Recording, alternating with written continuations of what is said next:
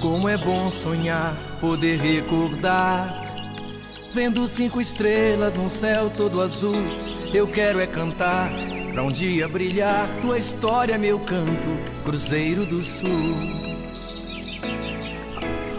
Antes das ruas, eram os rios. Antes das lojas, eram os barcos, os famosos regatões.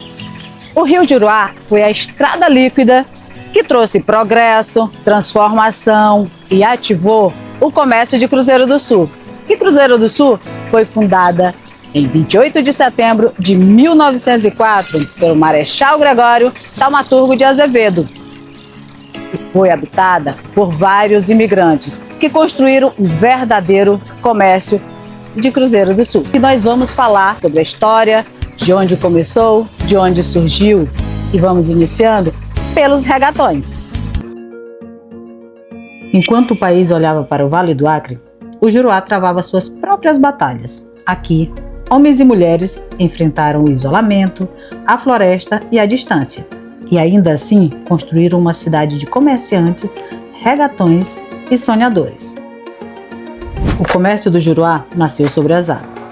Eram os regatões, homens corajosos que desafiavam as correntezas para levar mantimentos aos seringais e trazer de volta a riqueza da borracha, da castanha e da farinha. Foi sobre suas canoas que construíram a primeira economia da região, o sistema de aviamento, onde a confiança valia mais do que contrato e a palavra era garantia de negócio. Das raízes do comércio do Juruá, os primeiros empreendedores foram os regatões, aqueles que desbravavam os rios Juruás para levar os mantimentos, levar artigos de primeira necessidade, artigos de luxo, do perfume à seda para os seringais, para os moradores das beiras do rio Juruá, dos igarapés.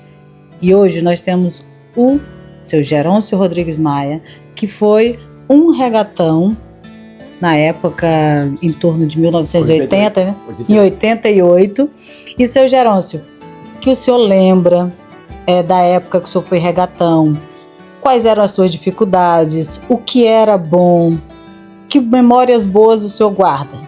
Naquela época, em 88, eu era funcionário do Público Federal, né? Trabalhava no hospital das clínicas aqui da Juruá. Hoje em dia de Juruá, porque anteriormente era das clínicas, né? No Hospital das Clínicas. Aí fui regatear. Aqui no bairro de Juruá, e daqui aluguei um barco na época, né? E peguei mercadoria do Buzungu, medicamento. Aí saí de Rio Abaixo até a Foz do Liberdade. Não, no Liberdade até do Gregório, porque fui por conta própria, né?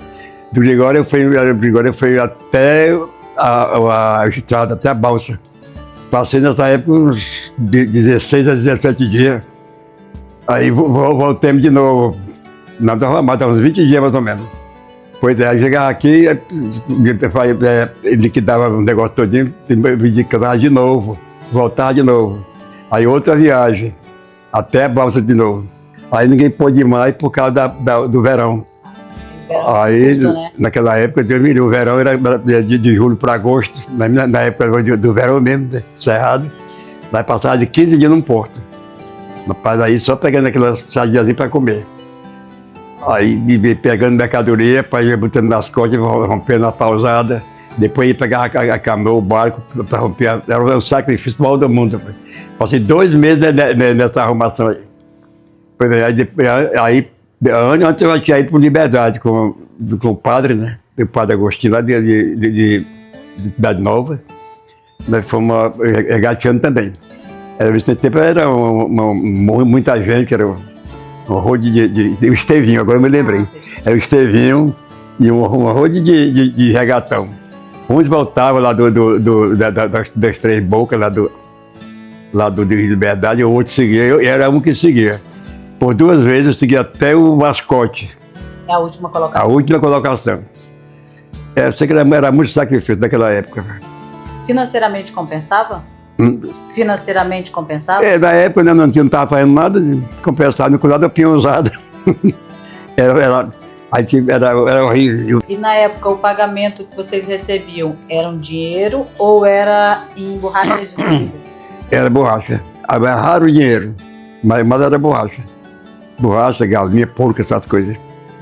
Chegava aqui, já tinha para quem vender essa... Já, eu não entrego, porque eu tenho que vender na hora, galinha, né? Galinha eu tirava uma parte para mim, eu vendia as outras. E a borracha eu entregava para o patrão, que descontava quando eu pagava o financiamento, medicamento. Pois é. O senhor, nessa época, o senhor só comercializava com medicamento? Só com medicamento. Alguma coisa que levava era para consumo, né? E o senhor me falou também que o seu pai foi comerciante. Meu pai foi comerciante no mercado municipal hoje em dia de Rosimelo, né? Pois é, aqui no mercado ali, isso foi nos anos 60, mais ou menos nos anos 60. Depois ele deixou o comércio e foi para ser Magarefe, né? Magarefe é o vendedor de carne, né? De carne, ele retalhava, cortava carne, né? O que o senhor ainda guarda nas lembranças da época que o senhor foi comerciante, que o senhor foi regatão? Daí que foi regatão? Sim. Em 88. E o senhor guarda uma boa lembrança? Lógico. Não, eu me lembro tudo dia, que foi ontem. Apesar das dificuldades, né? Apesar das dificuldades, me lembrei de tudo. Às vezes até saudade. É uma vida boa de regatão. Uma maravilha. Você anoitece aqui, amanhece lá, anoitece aqui, amanhece lá, é assim. É uma eterna viagem. É uma beleza para divertido. Só é meio cansativo, mas é divertido. Desde os primeiros dias de Cruzeiro do Sul, o comércio não foi apenas uma atividade econômica, mas foi a base vital para o comércio fazer pulsar o coração do Juruá. Quando o Marechal Gregório Thaumaturgo de Azevedo lançou a base do município de Cruzeiro do Sul, o Rio Juruá, ele não trazia apenas canoas, balsas e batelões. Ele trazia o futuro do comércio cruzeirense. Entre os ecos do martelo e o cheiro da madeira molhada, erguem-se as primeiras casas, as casas de aviamento, as primeiras lojas comerciais que dariam início à história do comércio cruzeirense. Esses nomes, grandes empresários, ou seja, os primeiros empresários de Cruzeiro do Sul, que mesmo pela incerteza em meio à floresta amazônica, acreditaram e criaram as primeiras empresas, as primeiras casas de aviamento de Cruzeiro do Sul. Os regatões, esses primeiros navegantes do destino, foram os primeiros empreendedores do Rio Juruá. Eles navegavam dias e dias para levar o sustento, levar utensílios de primeira necessidade até utensílios de luxo para os rincões do Juruá, para os seringais. E assim, através da palavra firme, que iniciou o comércio cruzeirense. E nesse caldeirão de etnias, os portugueses, os sírios e os libaneses chegaram com a sua ousadia e visão de futuro. Assim, nasceram as casas comerciais que vendiam de tudo, do arroz à seda, da farinha ao perfume francês. E foi nesse cenário que surgiram nomes que hoje pertencem à própria memória do Juruá. Said Badarani, Alfredo Said, Mamed Cameli, Stefan Elias Barbari, pioneiros que atravessaram oceanos, florestas e distâncias para fincar suas raízes aqui, às margens do rio Juruá. Com sua coragem e visão de futuro, ajudaram a tecer a alma mercantil de Cruzeiro do Sul. Uma alma feita de trabalho, fé e perseverança. Cada nome, cada rosto, cada fotografia é um capítulo vivo da história comercial desta terra. Nas margens do Juruá, entre seringais, barcos e balcões de madeira, se entrelaçaram as histórias das famílias Cameli e Messias. De um lado, o libanês Mamed Cameli e sua esposa Francisca Ferreira Cameli, que chegaram ao Juruá trazendo coragem, visão comercial e um profundo amor por esta terra. Do outro lado, Manuel Carneiro de Messias e Elvira de Araújo Messias, pilares de uma família numerosa que se dedicou ao comércio, à política e ao desenvolvimento do Acre. Dessas duas raízes, tão profundas quanto o próprio rio, nasceram gerações de políticos, comerciantes e líderes que ajudaram a moldar Cruzeiro do Sul. E dentre tantos nomes que preservaram esse legado, vamos ouvir a voz de Francisco Cameli Messias, um dos netos que segue firme no comércio de Cruzeiro do Sul, mantendo viva a tradição que começou há mais de um século. Francisco Cameli Messias, que carinhosamente nós cruzeirenses e os amigos o chamam de Chiquinho do Rubens. Você iniciou a parte do comércio nos barracões, que o tio Rubens, o seu pai, ele foi proprietário de barracão na época do ouro da borracha, e uma época decisiva para o Acre. Pois bem, a época de ouro da borracha foi lá nos primórdios, né? Lá o meu avô que ainda pegou um pouco, meu avô Mamed, que era libanês, né? Esse pessoal traz o comércio no sangue, né? Sim, foi um dos primeiros comerciantes de Cruzeiro do Sul. A herança lá dos fenícios. E ele chegou aqui no Juruá, ele era remador dos regatões, que eram os patrícios dele, ele foi ser remador. Aí na luta para adiante ele conseguiu o comércio dele, né? O regatão dele. Aí subia nesse rio aí, subiu no remo, que naquele tempo não tinha motor. Então esses aí realmente enfrentaram a dificuldade.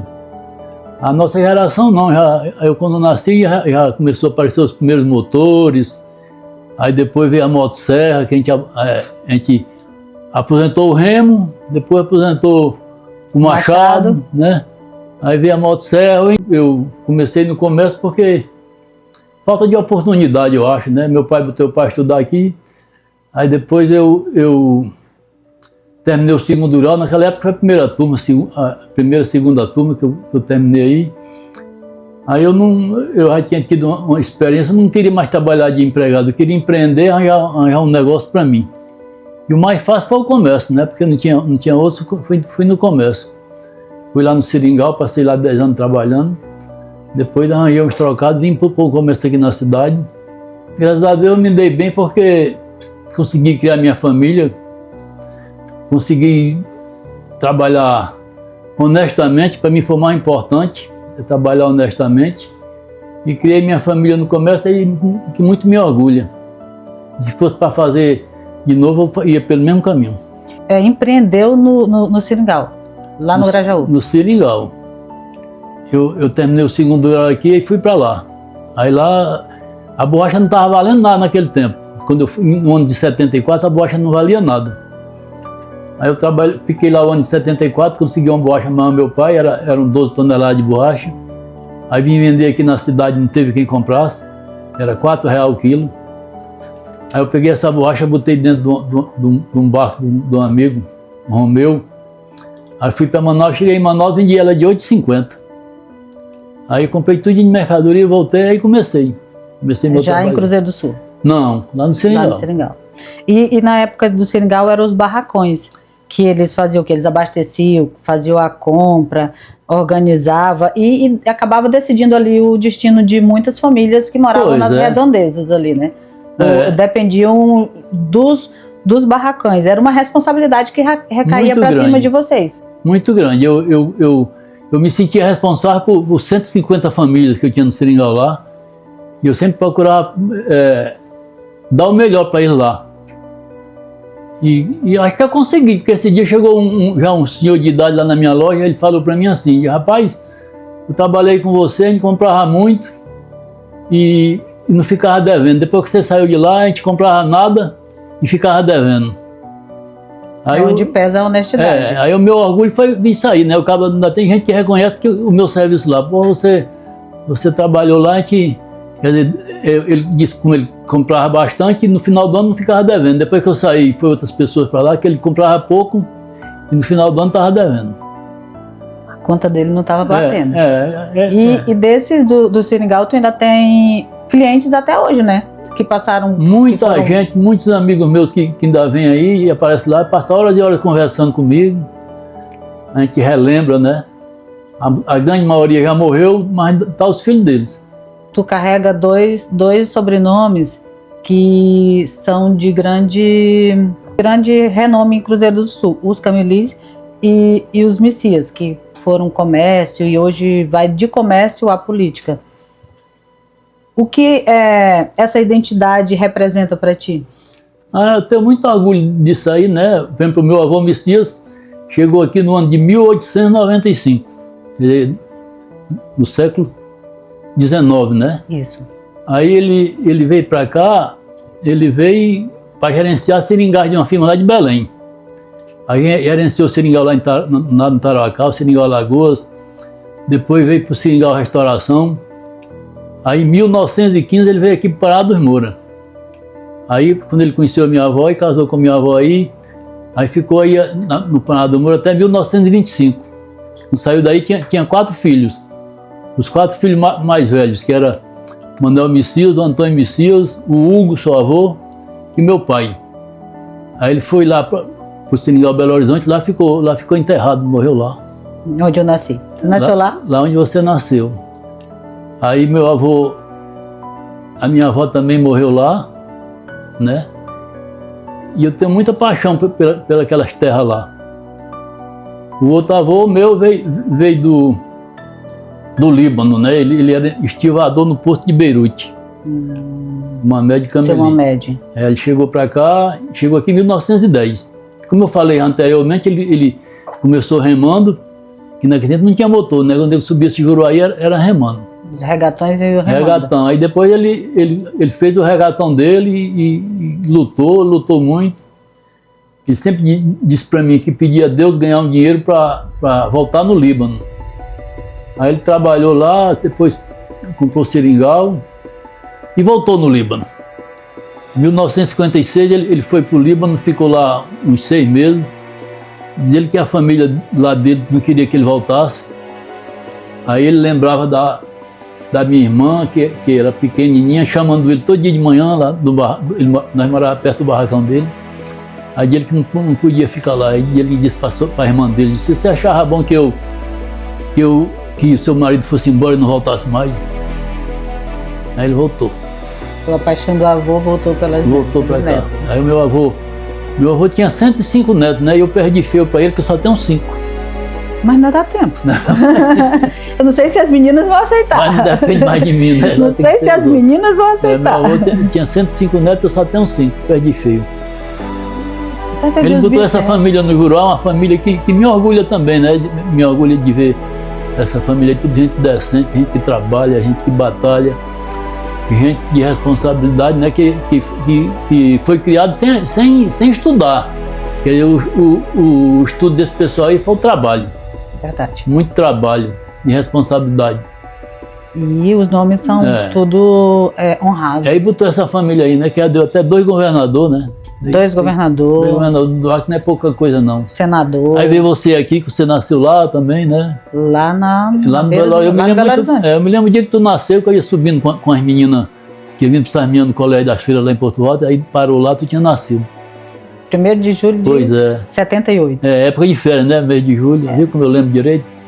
Época das férias mesmo, não deu tempo pra mãe chegar aqui. Eu só tentando descobrir até hoje que horas que eu nasci. Eu não lembro. A tia Marnisa deve saber. Hoje que nos seringais, na época dos seringais, o povo, seu pai, seu avô, os nossos antepassados, eles viviam o comércio na base da palavra. Era na palavra. Hoje, o comércio vive uma era digital. O que tu acha que hoje permanece igual e o que tu tem medo que venha a ser construído com essa era digital, onde que nós já falamos que o povo não quer mais o pesado, quer o fácil? A vida mudou muito, né? Eu acho que a vida nunca mudou tanto como nesses últimos 50 anos, né? Mudou uma coisa que mudou tanto que tem hora que a gente fica perdido, né? Verdade. Né? Antigamente, quando comecei a trabalhar aqui, a gente ia para o banco para pagar uma duplicata, levava um papel, ficava na fila meia hora. Aí o correio entregava o boleto atrasado, não dava fé, estava lá no cartório, a gente tinha que ir lá no cartório buscar o boleto lá. E hoje não, hoje você pega lá o computador, o que está na cobrança está lá, você vai lá, marca, programa para pagar, nem se preocupa para pagar, né? Ele já paga automaticamente. Eu achei muito bom isso aí, porque tem as facilidades, né? Eu toda a vida gostei de ter meus negócios bem certos e você já pensou, hoje o correio entrega uma carta aqui com 2 meses, 3 meses de postada. Se tivesse naquele tempo ainda não tinha nem como, né? Não dava para Os correios mudavam, melhoravam, então ninguém trabalhava, porque vai, né? Hoje em dia com a comunicação não, o fornecedor emite um boleto, aquele boleto no mesmo instante está no computador, você já pode pagar sem problema, sem ir para o banco, sem nada. Já vai por e-mail, já vai para o celular. Isso aí é uma das coisas que mudou, quer dizer, tudo mudou desses anos, né? Quando eu cheguei aqui para botar o comércio aqui, não tinha um vendedor, você tinha que se deslocar em São Paulo, procurar, chegar lá, ficou procurando onde é que ia comprar. Hoje em dia você chega aí, é um monte de vendedor que faz até raiva, né? Fica tudo oferecendo. Né? Aí oferecendo, o cara chega, bota a mercadoria dentro da tua loja. Naquele tempo, comprar em São Paulo, botava num caminhão, vinha para Belém, botava numa balsa, chegava aqui com 6 meses. Né? Por exemplo, tinha mercadoria que não chegava, você não sabia o preço, com a inflação tão grande, você não sabia o preço dela, né? Você tinha, eu me baseava no preço do dólar. No preço de compra, eu botava lá tantos dólares, aí chegava aqui aquela inflação de 200%, não sei quantos por cento, aí ia ver pelo dólar para botar o preço em dólar. Mesmo assim, a gente ainda perdia ainda. Tu pegou num ponto agora do transporte, de como a mercadoria chegava aqui. Logo do teu início, fazia o quê? Manaus, Belém? Pois é, como eu falei aí pra ti, a gente comprava lá em São Paulo, aí arranjava um caminhão, botava na transportadora, vinha para Manaus ou Belém, aí que vinha para cá. Depois mudou, que a gente pegava de São Paulo, botava embarcar em Porto Velho, chegava mais rápido, né? Mas mesmo assim, tinha época que a gente comprava em maio e recebia em novembro, dezembro. E com a BR? Com a BR não tem nem comparação, né? Quando chegava a mercadoria numa balsa, só num mês a balsa ficava no porto para tu tirar a mercadoria. Todo dia lá pegava uma coisinha, um por um, outro no outro, passava um mês aí para receber. Hoje em dia você compra lá, o fornecedor põe dentro da tua loja, né? Você não tem mais trabalho, como era antigamente. Hoje em dia tá uma beleza. Faz a compra online e recebe na porta. Agora tem uma coisa, né, que eu tenho que ver, que naquele tempo tu chegava com a mercadoria, tu quisesse vender ela todinha rapidinho, tu vendia. Muitas vezes tu não queria vender, porque tu ficava sem mercadoria para esperar. Hoje não, hoje está mais difícil de vender, muito comércio, né? O comércio está pulverizado, por exemplo, tem comércio em tudo que é lá no meio do mato, lá no São Pedro, na Santa Rosa, lá no Assis Brasil, tudo tem lojas grandes. O pessoal lá da zona rural não tem mais necessidade de vir aqui para fazer uma compra. Né? Aí fica a dificuldade, fica por aí. Para a gente trabalhar, eu não sei nem se era melhor naquele tempo, se é melhor agora. Hoje a concorrência tem o seu lado bom e o seu lado... Não, o povo, só quem ganha é o povo, né? O povão, né? Verdade. Isso aí que ganha. O povo tem mais opções e mais condições. Justamente. A sua mãe, a tia Fátima, ela alfabetizou gerações, inclusive os sobrinhos, acho que iniciou pelos filhos também. Várias pessoas têm maior referência dela como uma das grandes professoras. E o tio Rubens, o seu pai, ele foi referência de comércio. Que aprendizados que você guarda como tesouro, que você aprendeu com eles, que você compartilhou com as suas filhas e deseja compartilhar com seus netos? A minha mãe foi uma mulher fora de série, né? Não sei nem. A mamãe era assim, tipo uma lenda, né? Porque é uma coisa fora de série, que ela nunca viu uma mulher trabalhar tanto. Quando a gente era menina, minha mãe dava aula de manhã, chegava em casa 11h30, cozinhava ali um peixe pra gente comer, aí pegava a enxada dela e ia pro roçado, aí só vinha de tarde. Isso aí entrava ano e saía ano. A luta dela, né, não é para todo mundo que a minha mãe fazia. Aí ela alfabetizou, acho, mais de 500 crianças. 500 adultos também, que começou era adultos. Ela dava aula e a pessoa tinha que aprender com ela. Eu aprendia, eu não dizia que não aprendia. Ela era dura. Botava ali a criança para estudar e tinha que aprender. Por exemplo, ela me alfabetizou e eu alfabetizou acho que a família todinha, porque naquele tempo me via tudinho ali. Tudo pertinho. Tudo pertinho, no Seringal Belo Horizonte, Seringal Poço Saide. A minha mãe saía do Poço Saide numa canoa cheia de meninos, remava e ia lá no Belo Horizonte. A gente ia remando. Aí chegava remando meio dia, como eu te falei, ela não parava.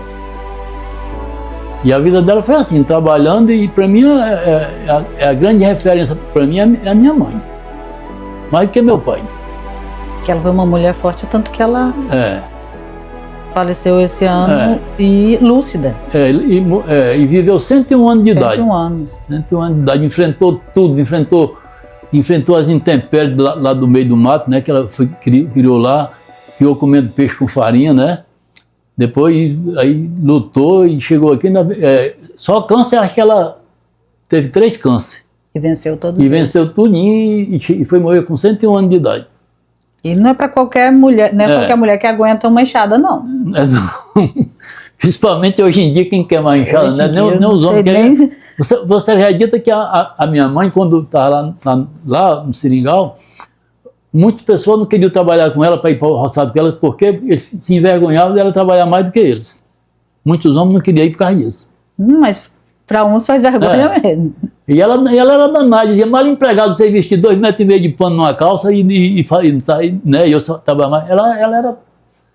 Ela era danada, minha mãe. Era uma mulher forte e meu pai também lutou muito, né? Até para botar a gente para estudar foi uma dificuldade muito grande. Eu, com 9 anos de idade, eu saí de casa para ir para um internato lá em Porto Alto, né? Que eu, com 9 anos de idade, já tinha que ter responsabilidade de cuidar das minhas coisas, né? Cuidar da minha roupa, cuidar de tudo, né? Com 9 anos de idade.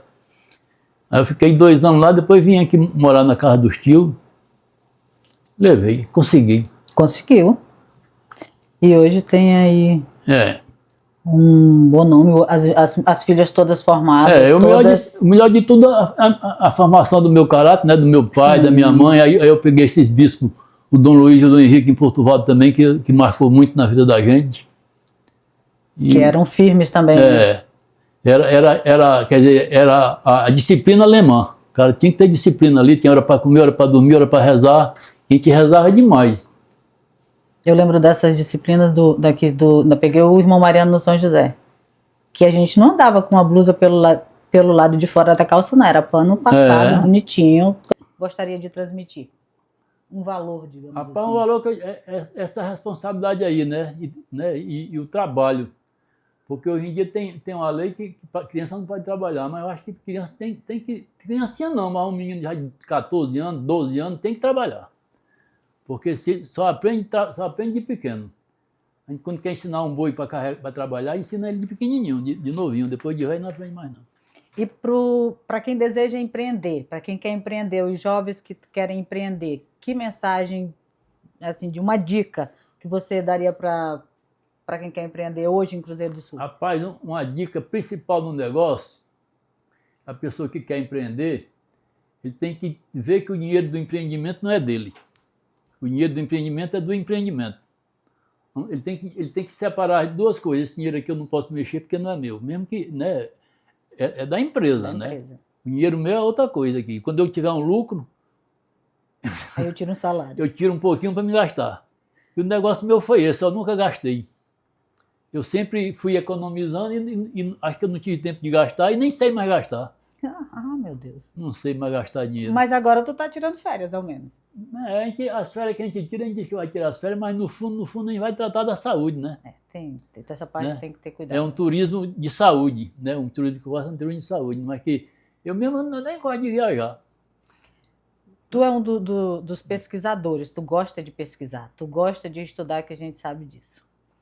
E uma conversa com o César um dia desse, o César disse que tu tem material para livros sobre a história de Cruzeiro do Sul. Isso é verdade? Ou pretende publicar uma hora dessas? Rapaz, a gente sabe muita coisa de Cruzeiro do Sul que a maior parte do povo não sabe, né? Antes de eu vir para cá, eu olhei lá no jornal antigo, aqui no Juruá, no ano de 1906 foi criada a Caixa Econômica Juruaense. Um banco próprio do Juruá. Um banco do Juruá. Tu nunca tinha ouvido falar nisso? Nunca ouvi falar. Eu também nunca tinha ouvido falar, mas está lá no jornal. E agora há pouco eu vi isso aí, ó. E o que se deu? Agora eu não sei quanto tempo isso saturou. Eu não sei dizer até quando foi aquela Caixa Econômica, né? Porque eu fui pesquisar dos outros bancos, eu lembro. Era a necessidade que tinha. O pioneiro foi lá bem para trás, meus avós, né? É pioneiro da minha geração. A gente veio para cá trabalhando. Quando eu cheguei aqui, tinha grandes comerciantes aí, né? Tinha o Abraão, o Ivo, o seu Mamed Badarante foi um grande comerciante aí. Então, esse pessoal aí que são bem mais antigos do que eu. Eu já vinha para cá, eu vim aqui para Cruzeiro do Sul em 83. Quer dizer, tá com 42 anos que eu tô comerciante aí, né? Já, do comércio mais recente. já passei em porção de intempéries aí, já passei muitas quase coisas, meio século. muitas coisas ruins. Muitas coisas ruins. E venceu todas essas etapas. Para falar a verdade, eu nunca gostei, eu não gostei de ter sido comerciante na minha vida, não, porque comerciante é sempre um ladrão, né? Na boca do povo é sempre um ladrão, né? E eu não sou ladrão, né? Eu não sou ladrão. Tenho certeza que eu fui um comerciante aí. Eu muitas vezes só eu tinha um produto na cidade. Eu nunca fui de aumentar o preço. Tem que vender naquele preço até.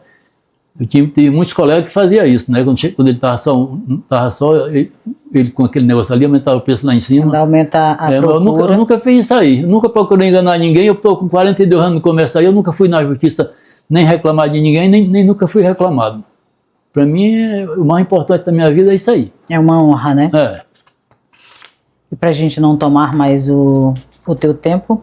Lá, tu disse que ia me perguntar essas coisas assim, eu olhei lá, eu achei o nome do meu avô numa reunião lá em Belém, da lá Manuel Carneiro, que era o nome dele, né? Manuel Carneiro, numa reunião lá em Belém, tratando como era que o povo lá, as grandes empresas lá de Belém iam financiar os seringais, que eles tinham medo de financiar o seringal, que não sabia se era Brasil ou se era Bolívia, né?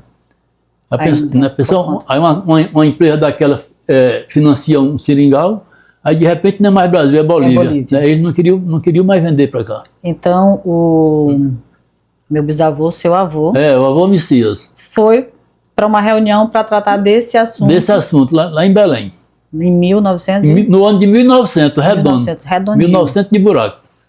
Tem alguns livros que... Tem até aquele amarelo, que eu acho que foi na época, a dona Beatriz que organizou, que ele está retratado como, e eu pesquisei umas coisas também, está retratado como comerciante e guarda-livros. É porque, na verdade, ele passou muitos anos na gerência de comércio. Gerenciando seringais, né? Até que, aqui no Planalto do Moura, ele negociou até em 1924, aí ele ia embora para o Ceará, ele ia embora, né? Aí a empresa lá, era uma empresa chamada Nicolau da Costa e Companhia, convenceu de arrendar o seringal Belo Horizonte para ele. Aí não era mais gerente, ele era um arrendatário, né? Aí ele foi para lá, aí ficou lá uns anos, aí veio a grande crise de 1930, né?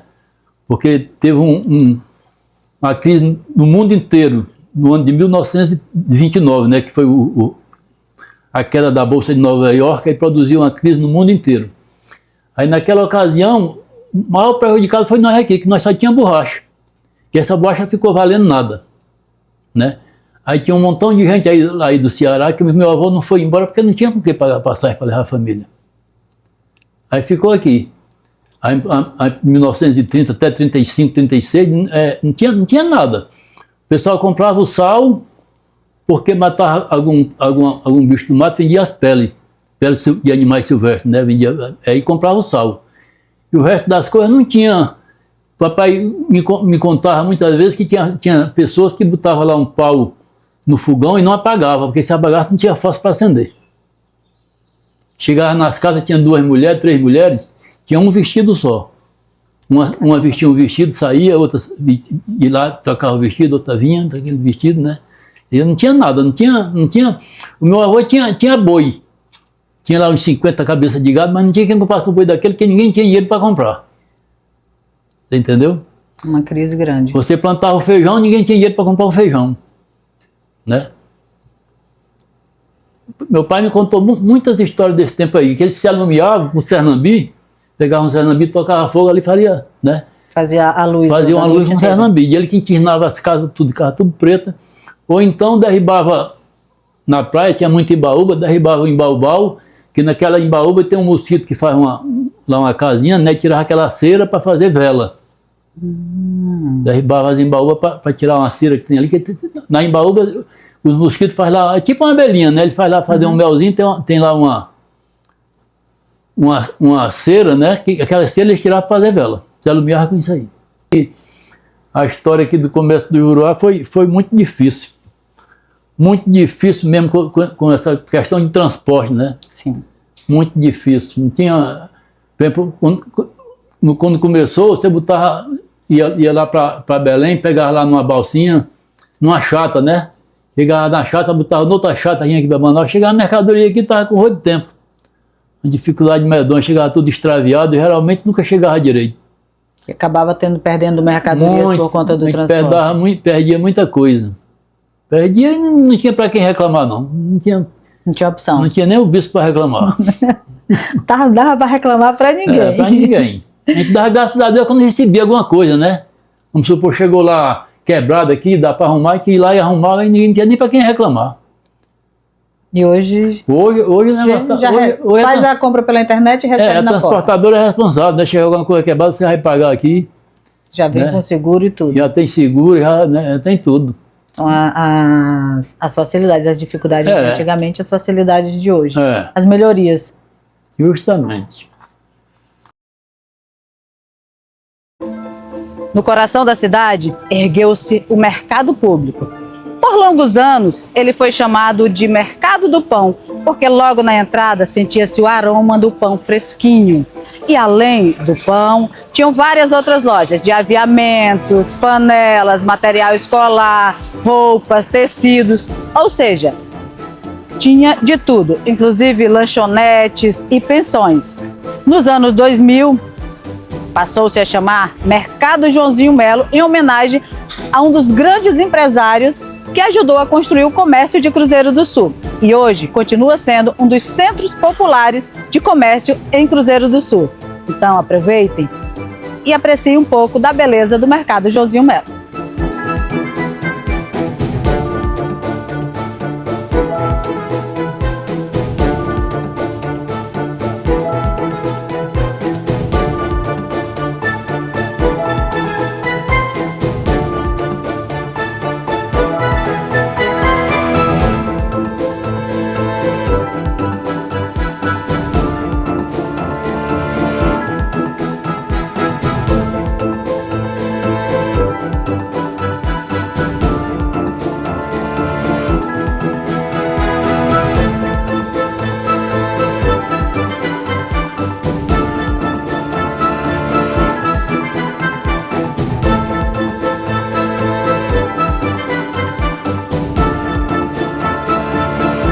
E no início do comércio em Cruzeiro do Sul, logo após a construção do Mercado Joãozinho Melo, foram instaladas bancas de comerciantes em frente ao Mercado Joãozinho Melo e depois vieram para a lateral, que nos anos 2000 deixaram de existir e foram para o Centro Comercial Beira-Rio.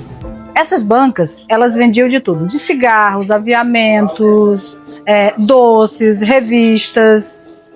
E para falar dessas bancas, nós temos um dos pioneiros que iniciou com as bancas em Cruzeiro do Sul, que é o seu João Fernandes. Que o senhor lembra da época, do início que o senhor começou a sua banca, o senhor lembra o ano que o senhor começou e como era o comércio na época, como chegavam as mercadorias, como era a interação do comerciante, das bancas, do senhor no caso, com os seus clientes? No momento a gente começou em 72.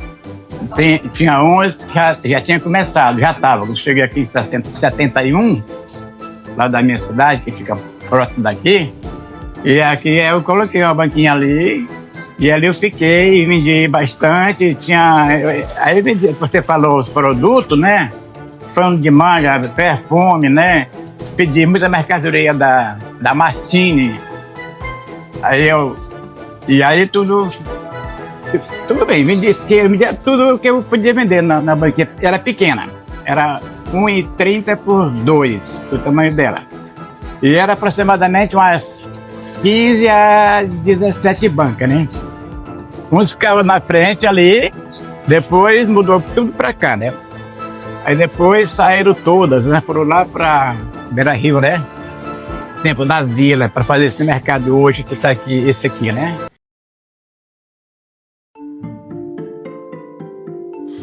Em 1909, os comerciantes do Alto Juruá se uniram por dignidade e autonomia.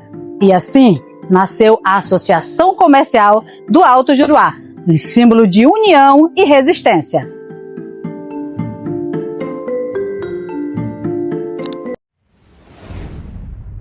Aqui, onde o rio abraça a cidade e a terra sustenta o povo, nasceu uma força silenciosa, a produção local.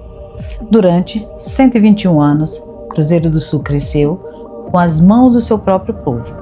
De geração em geração, o trabalho virou tradição. E a tradição virou alimento, sustento e orgulho. A farinha de mandioca, patrimônio do Juruá, continua sendo o ouro branco da nossa mesa. Nas casas de farinha, o fogo nunca se apaga. E o mesmo cheiro que acompanhou nossos avós e que hoje move as famílias que mantém viva a cultura do beiju, do biscoito de goma, da farinha crocante que só o nosso povo sabe fazer.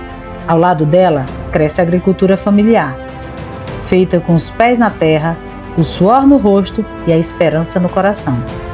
Banana, macaxeira, abacaxi, hortaliças, tudo brota das pequenas propriedades que alimentam a cidade inteira.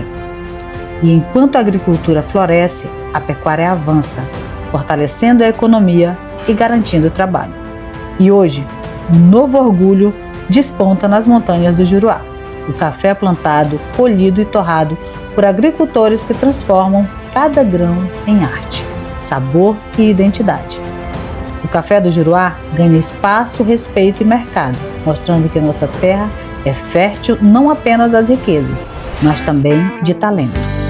No mercado do agricultor, cada banco é uma história, cada rosto, uma família que resiste. Cada produto, a prova de que Cruzeiro do Sul continua crescendo pelas mãos de quem vive e trabalha nesta terra. E no mercado da farinha, ecoa um legado de mais de um século, um patrimônio que não se compra, não se vende, apenas se vive. Assim é a força da produção local, simples, genuína e poderosa. Uma força que move a economia, sustenta famílias e preserva a nossa cultura, porque aqui o que nasce, cresce e alimenta toda a história de Cruzeiro do Sul. De regatões a empresários, de seringais a mercados, o comércio sempre foi e sempre será a alma de Cruzeiro do Sul. O rio ainda corre, a estrada avança e o comércio permanece firme como o povo do Juruá. Amazônia do meu coração. Quero ver estrelas guardadas pelo azul no céu de Cruzeiro do Sul. Quero ver estrelas guardadas pelo azul no céu de Cruzeiro do Sul.